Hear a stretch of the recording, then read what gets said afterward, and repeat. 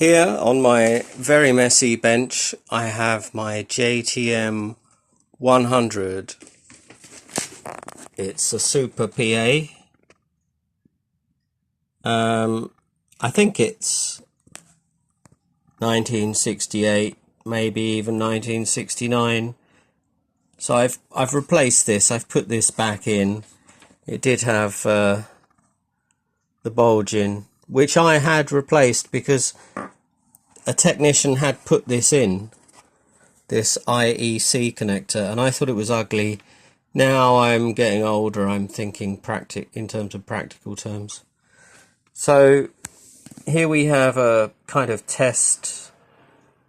It might have gone in for service or something.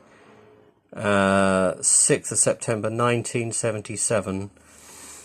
I remember playing in a band with this amp in the 80s, and it was used for vocals, so I know this amp, and it is an original amp.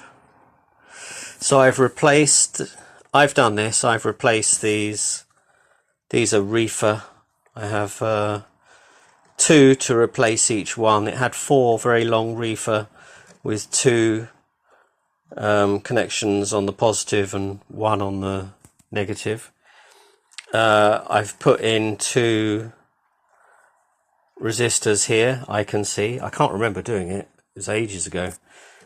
And I've replaced these bias capacitors because I was told it was a good idea. I've put this on rather strangely. I don't know why. I don't know what happened there. Can't remember, but that's me. And these, I've lifted these and put on there and there. I can't remember what these are about. They might be about the feedback. I can't remember. But I've had those unsoldered. And then I think, because there was a jack there as well. There were 4 jacks. There was a jack there as well. I think I put in a master volume pot. And it came off here, I think. I seem to recall. Because you can see that there's a kind of ink. I don't know who's done that on a lot of the components, even the screw on the chassis, the connectors here. So basically it had this kind of noise, and there's a channel where somebody was saying that these silver mica capacitors can create this sort of noise that I could hear. And I've disconnected the old one. Here's the old one. And I'm putting in this new one. And with it disconnected, it seems like the treble control doesn't really do very much. And it's not giving the problem sound that I had. So I'm going to do a demo of this amp either today or on another day. Okay, yeah, part of my history, this. I think there are even videos of us on YouTube somewhere. But there we go.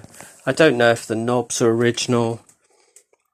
I once tried to sell this, and I gave up because I thought I'd rather keep it on eBay. And I got some real crazy nutcase bloke getting really angry language, attacking me as some fraudster who'd probably built it in his back garden or something.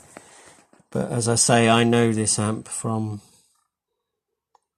the 80s, and I just don't care about things like that, you know. If people want to go off on one, because I mean, if you see here the technician maybe who tested it then, or perhaps later on somebody else has done some work and then they've written this out.